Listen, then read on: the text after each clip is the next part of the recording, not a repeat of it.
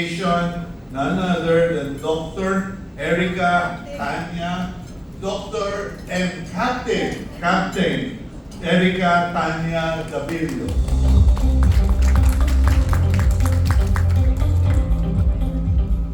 So thank you so much po, Sir Rosita Bertan, for that introduction. So of course, ladies and gentlemen of the media, thank you so much for joining us today. Before I proceed, I just ask anyone to kindly use the hashtag, especially to our social influencers, media influencers, the hashtag #EdDengue. So hopefully everyone will start to use this hashtag so everyone will be aware of our coalition. So dengue fever remains a serious public health challenge, claiming thousands of lives each year. However, we stand at a pivotal moment in history. One where ending the dengue deaths in 2030 is not just an aspiration, but an achievable goal.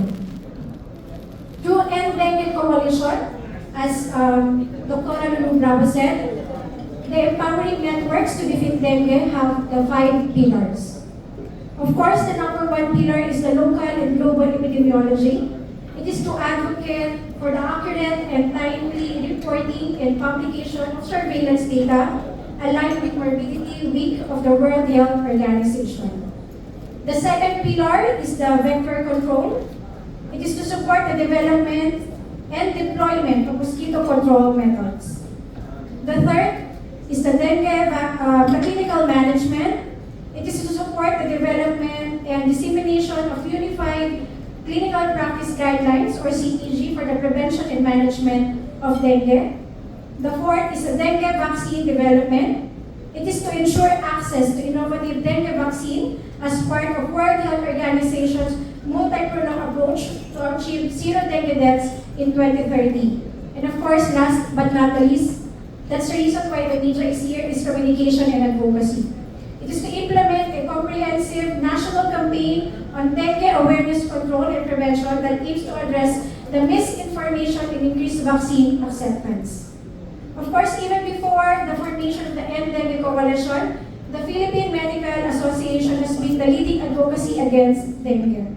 In November 2024, the Philippine Medical Association released a position statement supporting the vaccination in the Philippines in alignment with the Department of Health's Bakuna Escuela 2024. So may I read the position statement of the Philippine Medical Association? This is the position statement on vaccination and vaccine-preventable diseases. So current situation, recent data from the World Health Organization reveals a significant rise in global dengue cases with over 7.6 million cases reported in 2024, including more than 3,000 deaths. So in the Philippines, dengue remains a major public health concern with 208,000 cases reported as of September 2024, marking a 68% increase compared to the same period last year. But as we all know, this 2025, the Quezon City just announced about the outbreak of the dengue cases. So the need for combined efforts, the effective prevention and control of dengue require combined vector control and vaccination efforts. So as a Department of Health have their 5S, of course, vector control alone is not that as effective. It is also studied in other countries, and of course, vaccination is important. Vector control measures, including eliminating mosquito breeding sites and using insecticides, are essential in reducing the mosquito population. However, vaccination is crucial in enhancing herd immunity and reducing severe cases. That is already proven when we have the COVID-19 in 2020. So we do all know, as a military, we are the first population who use this COVID-19 vaccine. And as of now, that's the reason why we are all here. After that COVID-19 mass vaccination, we are all here right now and having, enjoying our life because the COVID-19 has just ended, affecting our community. Examples from Asian countries showcase the success of combined efforts are Thailand, Indonesia, and Singapore. For the support of Auckland Balik Escuela vaccination programs and adult vaccination, the medical community strongly supports the Auckland Balik Escuela vaccination program implemented by the Department of Health and the Department of Education, which focuses on protecting children from preventable diseases like measles, mumps, rubella, and more. This program is vital in restoring public confidence in vaccination also emphasizing the importance for adults to stay updated with vaccinations to prevent severe diseases. For the rebuilding vaccine confidence, there is a significant drop in vaccine confidence from 93% in 2015 to 32% in 2018 as an impact of the CYD-TB controversy. The effect of decreased vaccine confidence has been exemplified by 2019 measles outbreak, wherein it recorded 47,871 cases and 632 deaths. In this regard, we urge the medical community to share accurate vaccine-related information and provide counseling to their patients whenever necessary so that patients can come up with informed decisions regarding vaccination. For promoting accurate information, we urge everyone to share accurate information and support educational efforts about the benefits of vaccines. Promoting understanding and trust can help reduce fear and confusion surrounding vaccination. For the trust in regulatory bodies, it is essential to trust the scientific rigor of regulatory bodies like the FDA or Food and Drug Administration that ensure the safety and efficacy of vaccines. We must rely on science, facts, and professional expertise. For the commitment to the public health, together we trust, unity, and commitment to factual information, the Philippines can aim for a healthier nation, protecting every Filipino family from preventable diseases like dengue. The medical community is dedicated for preventing and fighting infectious diseases through vector control, community education, and timely immunization for all ages. By fostering a grateful and positive mindset, we stand here to protect every Filipino family from vaccine-preventable diseases, striving towards a safer and healthier nation. So for that, this is the position statement of the Philippine Medical Association. So maybe just play first the video for the dengue vaccine.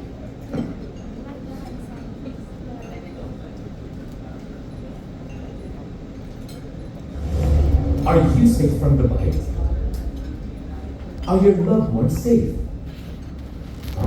Globally, the World Health Organization has estimated a significant increase in dengue of cases from 500,000 in 2000 to 40 million in 2024. The disease has been endemic in over 100 countries across multiple regions including Africa, the Americas, the Eastern Mediterranean, Western Pacific, and in the Southeast Asia. In the Philippines, we have been fighting dengue for the past 97 years. Manila reported the first dengue outbreak in the country in 1906, while the first endemic of severe dengue was documented in 1953. In November 2024, more than 340,000 cases and almost 900 deaths have been reported by the Department of Health. This represents an 81% increase versus the previous year, with a number of provinces and cities declaring state of calamity. Dengue does not discriminate. It can affect any individual.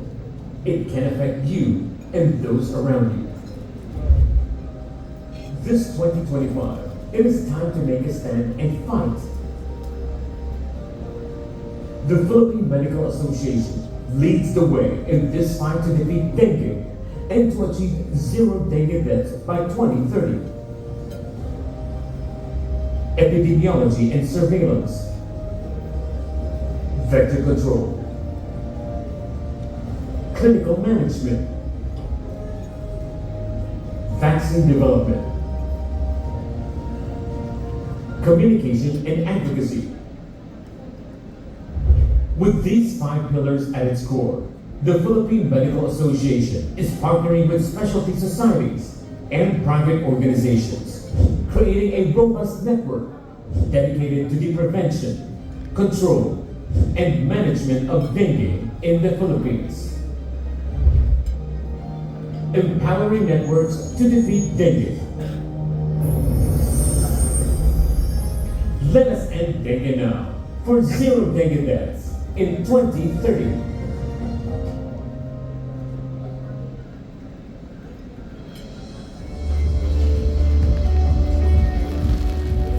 So that's the official video of the End Dengue Coalition. So for now, aside from Students Association to join me to present to you the hand sign of the End Dengue Coalition.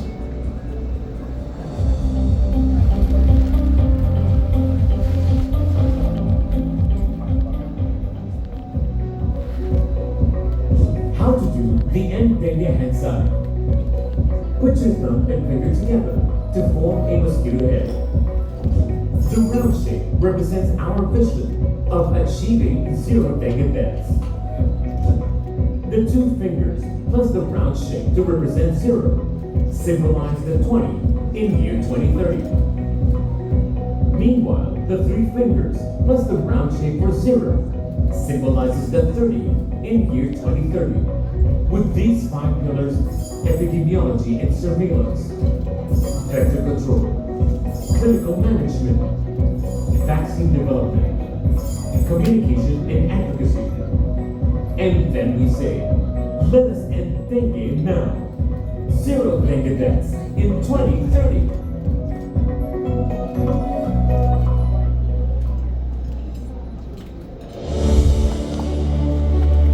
Ito yung magiging hand sign ng End Dengue Coalition. I do believe with that hand sign, of course, we will make a impact, especially for the kids, for the community, to always remember that five pillars which can defeat and achieve the End Dengue deaths in 2030.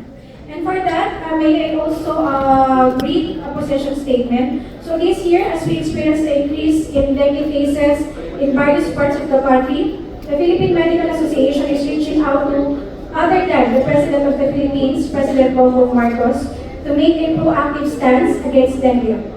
We request his support to have the approval of the next generation dengue vaccine that can be instrumental in fighting dengue as part of the integrated dengue prevention and control strategy. So may I just read the letter for the Excellency. So His Excellency Ferdinando Valdez Marcos Jr., President, the Republic of the Philippines, Malacanang, City of Manila.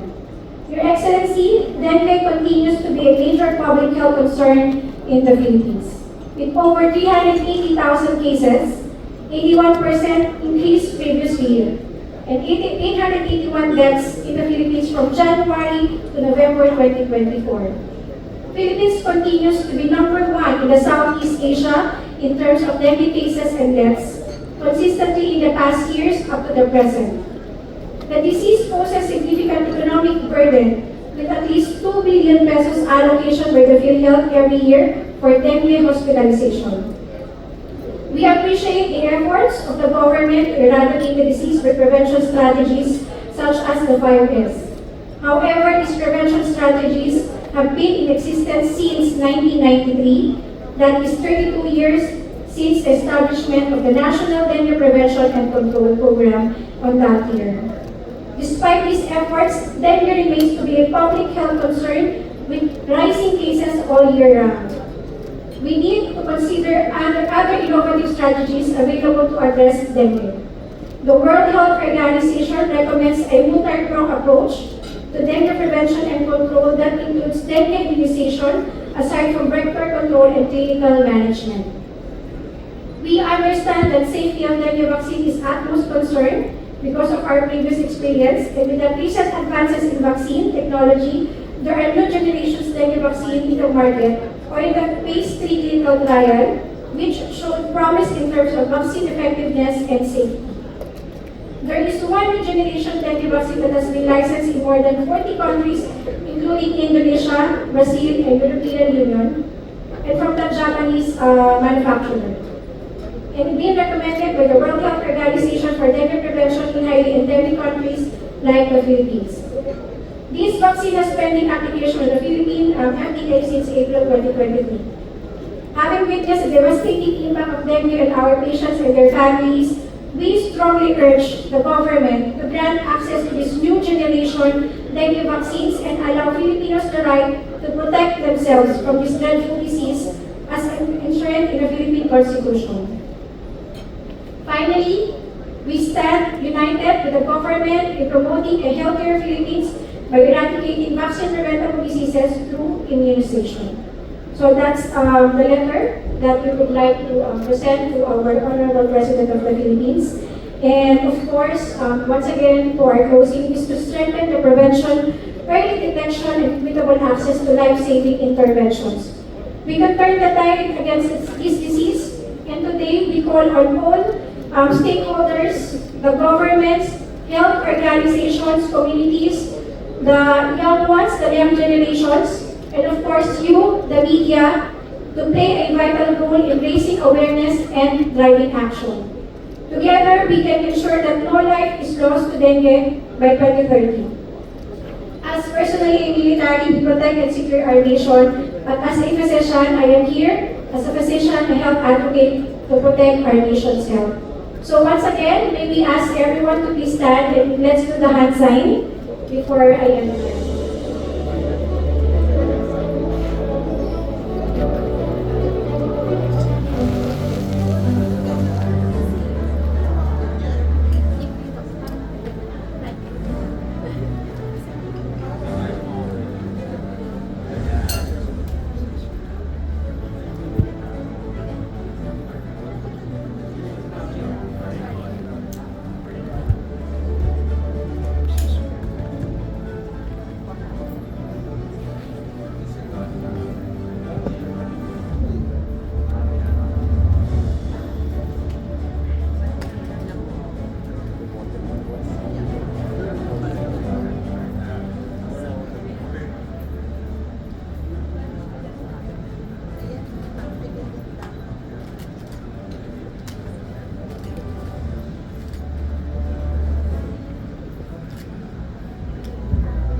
How to do the end dengue hand sign.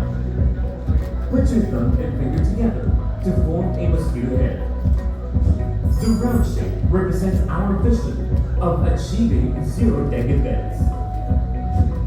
The two fingers plus the round shape to represent zero symbolize the 20 in year 2030. Meanwhile, the three fingers plus the round shape for zero symbolizes the 30 in year 2030. With these five pillars, epidemiology and surveillance, vector control, clinical management, vaccine development, communication and advocacy. And then we say, let us end dengue now. Zero dengue deaths in 2030.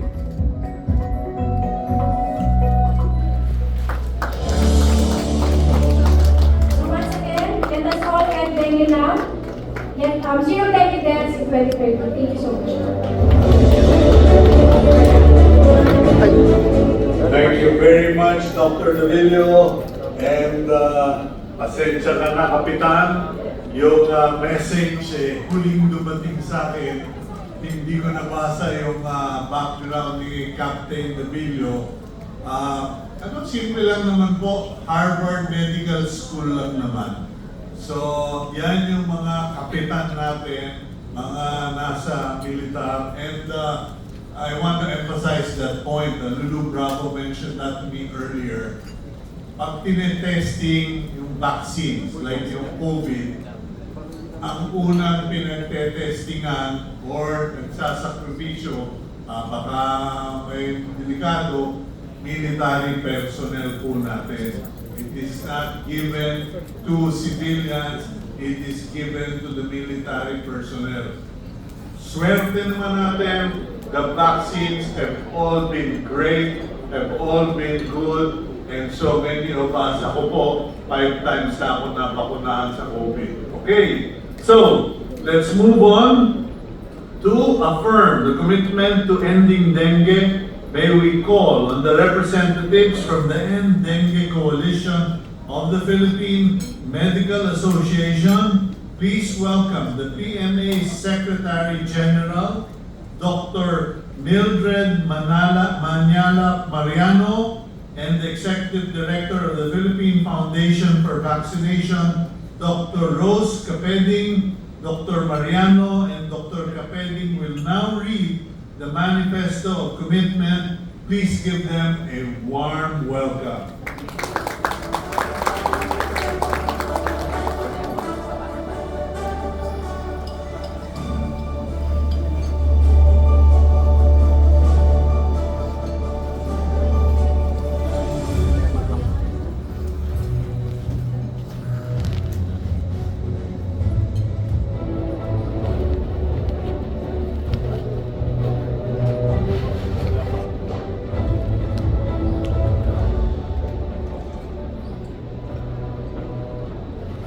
Manifesto of Commitment, Empowering Networks to Defeat Dengue or End Dengue.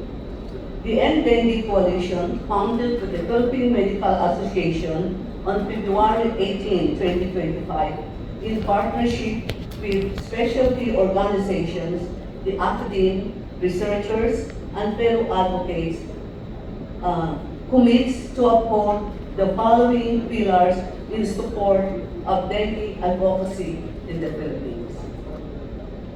1. Global and local epidemiology and threat.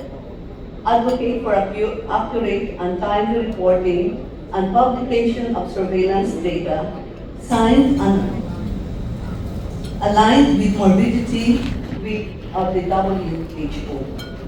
Support the collection and analysis of epidemiology data to develop outbreak forecasting models and density in high-risk areas.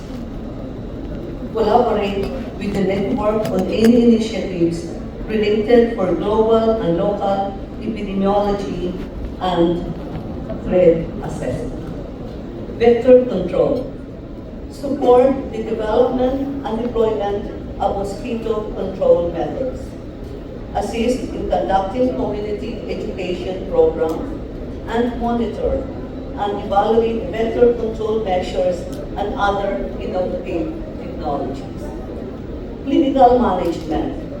Support the development and dissemination of unified clinical practice guidelines for prevention and management of dengue. Build the capacity of healthcare professionals and other healthcare workers in screening, diagnosis, and management of suspected dengue patients. Conduct research on clinical outcomes and provide patient care resources. On dengue vaccine development. Ensure access to innovative dengue vaccine as part of the WHO's multi-pronged approach to achieve zero dengue deaths by 2030. Support research, development, and distribution of effective dengue vaccines. Assist in conducting clinical trials and securing funding. Collaborate with pharmaceutical companies and research institutions. Aid in developing strategies for vaccine distribution and monitor effectiveness. And collaborate with the network on any initiatives related to dengue vaccine development and communication and advocacy. Implement a comprehensive national campaign on dengue awareness, control, and prevention that aims to address misinformation and increase vaccine confidence. Advocate for national and local policies supporting the goal of zero dengue deaths by 2030. Partner with external stakeholders including media, policymakers, patient organizations, communities, and the public to increase dengue awareness as a public health concern. And advocate for funding and resources to create information, education, and campaign materials for dengue awareness. By signing the Certificate of Commitment, I affirm our dedication as a designated representatives to the collective goal of zero dengue deaths by 2030 and improving public health outcomes.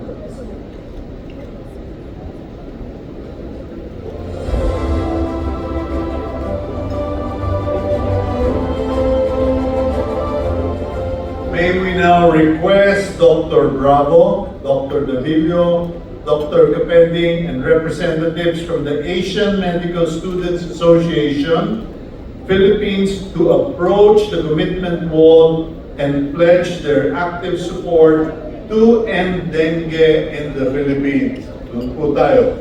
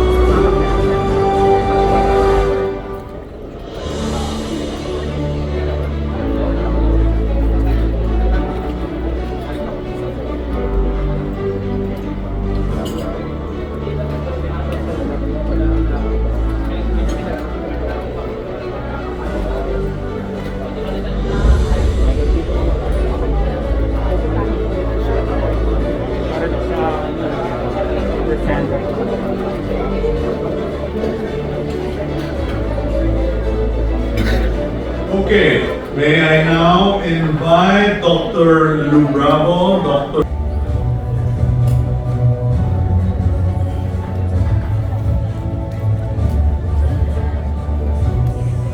For our friends in the media who will be asking questions, we've placed the microphone here.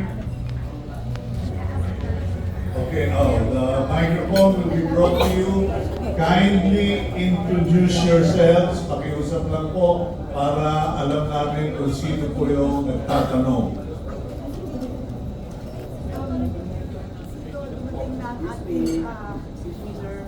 Dr. Mariano?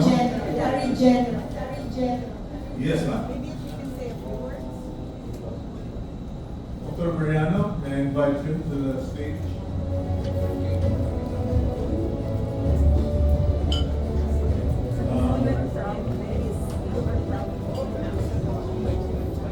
Okay,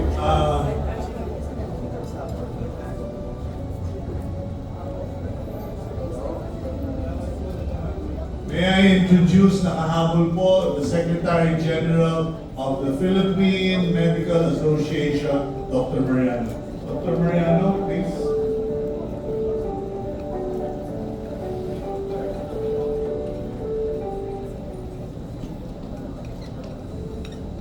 Good afternoon, everyone. Glad to make it despite the heavy rains at the end, Lex, no? Came from Pampanga. Okay.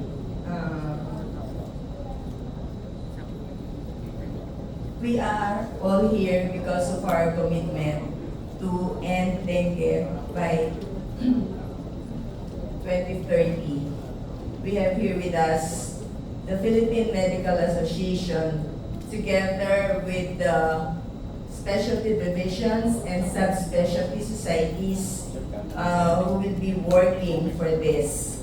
I understand the 5 pillars were already mentioned. The 5 pillars with their corresponding specialty divisions and subspecialty societies of the Philippine Medical Association. The 5 pillars being the global and local epidemiology and threat, the vector control, the clinical management, the dengue vaccine development, and the communication and advocacy. The PMA have unified efforts and collaboration to end dengue by 2030 with the following specialty divisions as the core group.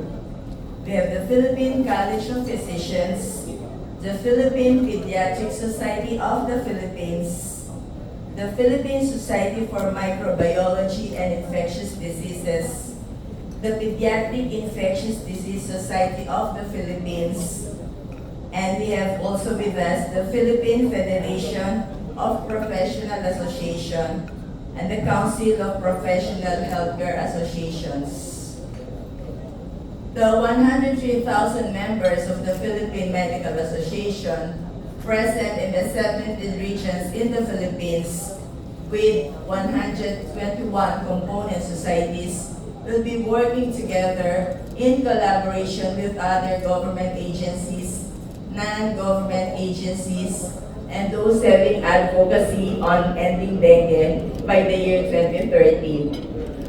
We are also pleased to have with us our media partners because this is very important in the information dissemination, which I believe will be the start of all these programs and projects. Thank you so much to the media people, and rest assured that the Philippine Medical Association will have its presence in this advocacy. Maraming salamat po. Thank you, Doctor. Now we can begin with our Q&A. Sino po ang gustong, yun, okay. Please introduce yourself. Good afternoon po. I am Giselle Alfred from GMA News Online. Specific question for Dr. Lulu. Ma'am, you've been calling po for the FDA approval ng license ng Qdenga for years now. And Health Secretary Ted Herbosa said that last year, baka daw po i-approve na, but until now, wala pa po. So ano po kaya yung Saan po kaya yung backlog nito and ano po yung reason bakit hindi pa siya napapasa? Ang sabi natin doon, na-apply na itong bagong bakuna since April of 2023, so 2 years na. Karaniwan, ang pag-license takes about a year, plus or minus 6 months. Maalala nyo yung Dengvaxia, from May to December, na-lisensyahan, within 6 months. Ito, 2 years na, wala pa. Ako bilang isang principal investigator nitong bagong next generation vaccine, anxious dahil talaga naman po mahigit ng 10 taon, baka 15 years na nananaliksikan itong bagong generation. Actually, marami pa pong nasa pipeline. Pero unti-unti yan sa pag-develop. And eto nga, sabi ko, ang tanong mo bakit? Pareho tayo ng tanong bakit? Yung FDA natin, ang meron pong authority, regulatory authority, lahat po ng dapat magamit na gamot, bakuna, biological, dadaan po yan sa FDA. And yun nga po ang appeal na binasa ni Captain Dr. Wow. Palakpakan niyo po si Captain, tuwa ako sa kanya kasi ngayon ko lang nakita talaga na ang ating military ay napaka-aktibo na. Di ba magandang signo siya na lahat tayo ay magsasama-sama. And correction lang pala, Sito, hindi namin tinetesting sa military. Pag ginamit sa military, ay sigurado na yan safe. Yes, ma'am. Hindi po natin ginagamit na pang-testing ang military. In Okay. fact, yan ang pinapangalagaan natin ang military natin. Kasi sila yung na-expose sa kagat ng lamok. Alam niyo po yung malaria vaccine sa military, ang ginamit. Kasi sino po ang nasa combat? Okay, follow-up question? Ma'am, and for the record lang po, ano pong developments yung na-observe natin sa other countries that have been using this vaccine po? May mga improvements po ba sa dengue cases nila over the past year? Actually, mahirap sabihin ang impact until after years. Kaya nga 5 years. We need at least 5 years to see the impact. Yan ang sinabi ng WHO. Hindi yan kura-kurada, binigyan mo ng bakuna ngayon, sabi mo, bukas hindi na siya magdede. Hindi, kasi may seasonal variation ng dengue. It takes time. We will need to see the surveillance. Importante ang surveillance. Di ba yun ang ating first pillar? Pero sa Europa, ginagamit na yan as a travel vaccine. Ano ibig sabihin nun?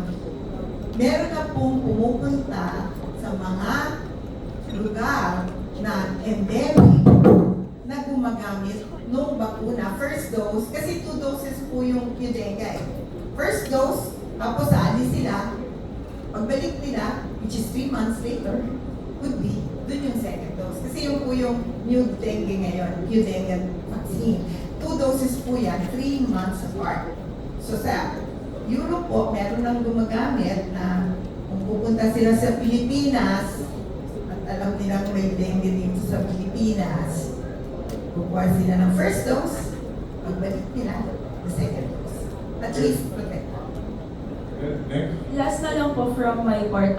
Yung letter po na pinakita kanina for President Marcos, napadala na po ba ito sa Malacanang, ma'am?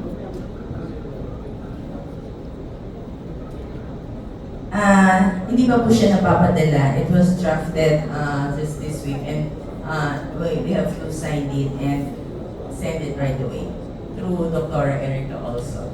So basically po, this also the media coverage or the communications right now, it is for us to start our communications with Malacanang, to our Honorable President. So basically, the letter was signed yesterday, and today, and the following day, hopefully we can give it to the Malacanang.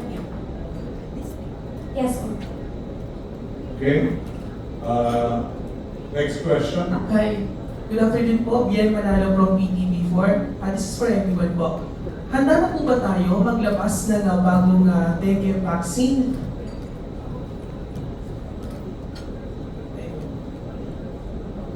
Handa Handa na tayo? Handa na po ba tayo muli na maglabas? Matagal na, since 2016, since 70 years ago, kung pwede lang may bakuna.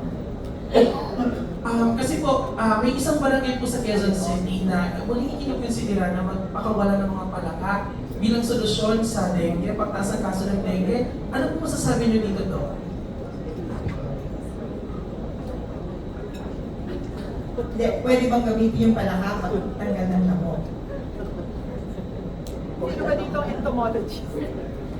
I think they're not the authority. So far sa mga studies o researches at sa mga publications present on dengue, parang what pang na-mention. Another question? Yeah? Okay na? Okay, other question? Oh, there we go. Hello, good afternoon po. Ed Kelsman po, Science and Digital News. Meron po yung 2019 naglabas ang Carbonex Laboratories ng isang tawa-tawa supplement. And ito was approved as a food supplement by the FDA. Ano po yung masasabi niyo sa tawa-tawa po? Paki-explain na lang po kasi maraming gumagamit po, uminom yan eh. Salamat po. Nabanggit ko na ang paggagamot sa dengue, ang pinaka-core, ang pinaka-importante ay hydration. Lahat po ng mga nangyayari sa dengue may kinalaman sa either kulang ang tubig mo, sobra ang tubig mo dahil sumobra ang IV fluids mo, or huli ka na sa pagpapatingin na talagang marami ng na-damage ng organo. Yung tawa-tawa po, may tubig. Kaya isa po sa napakaganda, and tanungin niyo po, si Dr. Florty nandun, siya po ngayon ang namamahala sa clinical management. At doon po sa Cebu, taga Cebu yan, ay meron na silang dengue warriors na binibigay na yung ano dapat gawin kung ikaw ay may sintomas na ng dengue. Alam niyo po kung ano? Uminom ng tubig. Uminom ng ORS para huwag ma-dehydrate. Tubig po is a very, very good way to restore hydration. At yung tawa-tawa po, hindi po kami naman nagsasabi na hindi maganda. Pero as long as may tubig po yan kasama, parang tsa, tubig pa rin po ang nakakapagpaganda. Pero wala pong pananaliksik na nagsabi na yung pong tawa-tawa ay makakagamot sa dengue. Wala pa pong ganong pananaliksik. Meron pong mga pananaliksik na nagbibigay ng tinatawag na antiviral. Matagal pa po bago lumabas yun. Kasi kailangan po no na mahabang mag-aaral pa din. Pero I can assure you, tubig lang po. Okay, next question. Hi, good afternoon. Good. Sorry. Hi, good afternoon. I'm Patricia of Business World. I have a question now about the dengue vaccine that's for approval. I wonder if it's like safe for everyone. Is it safe for kids? Is it safe for those with comorbidities? Just more information about that po. Tuturuan kami, pero si Dr. Rose Capening po ay isa sa mga nanguna sa pananaliksik sa dengue vaccine. Siya po ang multi-awarded Dr. Jose Rizal Memorial Awardee sa research dahil 10 taon po niyang pinag-aralan yung dengue vaccine. Tapos ano nangyari? Pero alam niyo na yung nangyari doon. Ako po, sumali naman dun sa Qdenga. And ginawa rin po namin yan, 10 taon, wala po kami nakitang signal na yan po ay makakasama. Ganun din po yung dengue. In fact, gusto kong ibalik yung nakaraan. Kasi marami tayong pinapakinggan ng misinformation and disinformation. Na maski sabihin ko po sa inyo ngayon, I assure you, sa 10 taon pong pag-aaral namin ng Qdenga, wala pong nakitang makakasama. Pwede po na mas mahina ang efficacy doon sa mga hindi pa nagkakaroon ng dengue. Totoo po yan. Dahil yung kung nagkaroon ng dengue, parang mas maganda ang efficacy mas mataas. Pero alam niyo po sa bakuna, ang importante po is hindi kayo ma-ospital at hindi kayo mamamatay. Kasi kagaya po ng COVID, di ba? Pwede rin kayo magkasakit, pero hindi kayo ma-ospital o hindi kayo magiging severe. Kasi wala pong bakuna na makakapagbigay ng 100% assurance na hindi na kayo magkakasakit o hindi na kayo magkakaroon ng symptoms. Wala po ganun bakuna. Pero kaya po kami gumagawa ng pananalisis upang ipakita na yan po ay hindi makakasama. Okay. Pwede lang, Dr. Maria? gusto ko lang mag-add regard, Rose, mag-add kay Dr. Lulu, kasi na-mention mo, for those na nagka-dengue na, no? So, maganda mas better ang efficacy. Pero actually, sa mga those, sa mga pag-aaral, no? May mga madaming pag-aaral na madami tayong mga tinatawag na asymptomatic, no? Or those with inapparent infections. Talagang walang pwede lang mild fever, pwede walang nararamdaman.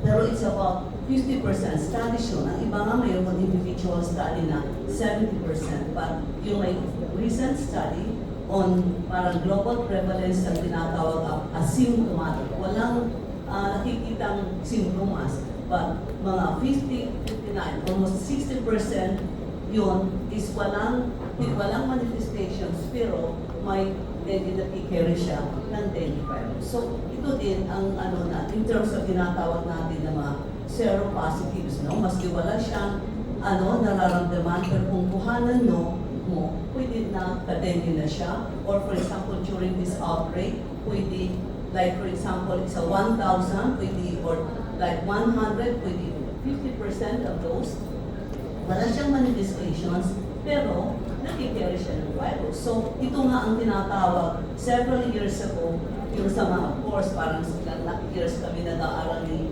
Dr. Luke in terms of dengue, no? So, may tinatawag namin yan na silent ticking bomb, no? Yung nakikerry ka ng virus, pero hindi ka nagmamanifest. So, pero naglalabas ka ng virus kasi tinakagat ka, so dinatransmit ng mosquito. So, tuloy-tuloy ang pag-spread ng virus sa community. Kaya it's very important talaga na kaunting nararamdaman, or actually maganda ng pag-studyhan dito sa atin sa PDA. For those like, for example, in an outbreak, tingnan natin doon sa malapit or within the household or within the community, tingnan natin, almost 50% will be positive for the virus. Thank you, Doctor. Thank you. Follow-up? I just want to ask, since there were alleged deaths caused by the infection back in 2018, what can we do to boost confidence in this new vaccine that's coming out? Alam mo, gusto ko sumagot niya si Sito. Kasi kanina nagkukwentuhan kami, anong ginawa mo Sito doon sa mga nakitang namatay? I'm supposed to be the moderator, not resource Pero person. maganda yung ginawa ni Sito. But I got a copy of the DOJ study of the cases, I think 70. And I went line by line of every child that died. And I even used Dr. Google, Dr. T. Hindi ko kaya matawagan, so nag-Dr. Google na ako, no? They died of TB. They died of lymphoma. They died of bone disease, which tells you it is a serious nutrition deficiency. Lahat po nung nakalagay doon sa DOJ summary indicated only one had dengue. It did not even say it died directly because of Limpaxia. Hindi ako defender ng Limpaxia. But inisa-isa ko po yung study ng DOJ. And that's the facts of the case. That they died not because of dengue, but because of pre-existing diseases. Ano yung sa rheumatic heart? 3 of them had rheumatic heart disease. So, That's the answer, my friend. There was someone who wanted to ask on the other side. Hello. Yes, sir. Good afternoon. Aaron Francisco from Business Mirror. So if cases continue to rise despite these efforts, what policy changes or additional government actions would the PMA recommend to strengthen the fight against dengue?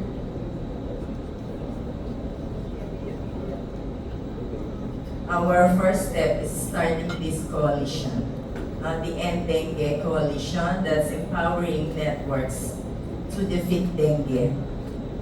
The PMA is the mother umbrella of all the medical associations in the Philippines, all specialties, all divisions, no?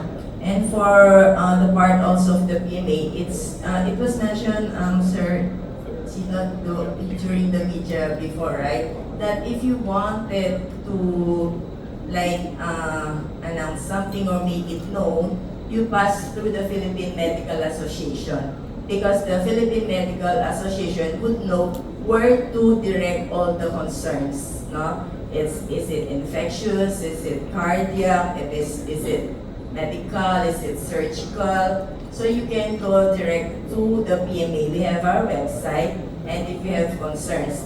But this concern does not include those like if you're needing doctors to treat you, because our doctors are already assigned in all the hospitals in the Philippines, both private and government hospitals. So with that, and also the PMA can disseminate information abilis, no? Because we have the group already, and we can also deal on misinformation, no? Aside from the awareness. Most important is the misinformation.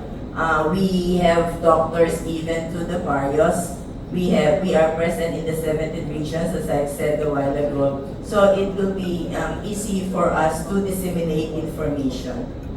Okay. Just so our friends in media know, the PMA very recently underwent media training. The intention was for them to better understand your working parameters, ano yung mga kailangan nyo, and what Doktora mentioned, para hindi na tayo pumupunta na kung sino-sino, sabi-sabi, etc. Go to the PMA first and ask them what the facts are, ask them who you can interview, para sa ganon, nababawasan natin ang misinformation. Yun po. Alright po, so since nabanggit na rin po naman yung misinformation po, so could you please provide an examples of common misconceptions or potentially harmful beliefs about dengue? On the vaccine, is it nakakamatay? No, I think that's the number one misinformation, no? Other signs and symptoms, clinical, or So, Dr. May, so basically, under the communication and advocacy, I'll present that later in our 7 p.m. Presentation. We will be having this myths and facts about dengue. So I can tell you kasi later ko siya i-present. So there are lots of myths and facts about dengue. So it's like a World Health Organization myths and facts. But this one is about the misconceptions or yung mga maling nating paniniwala about dengue. So mamaya i-represent ko yun, and that will be like every month we have different types of myths and facts. So every Filipino, at least malalaman nila kung ano ba yung tama or hindi about sa dengue. Hindi ko lang siya ma-reveal ngayon kasi as part siya ng presentation letter. But it has a illustration which is part of it's like mangwan, set up like that. So yun yung medyo iyan natin. So medyo sobrang Filipino style yung magiging myths and facts na presentation. Thank you po. Okay, next. Any other question? Upang mag-finish na tayo dahil kailangan nyo lang mag-report sa mga yeah. Okay? Hi, good afternoon. I'm Michael from Making Trends po.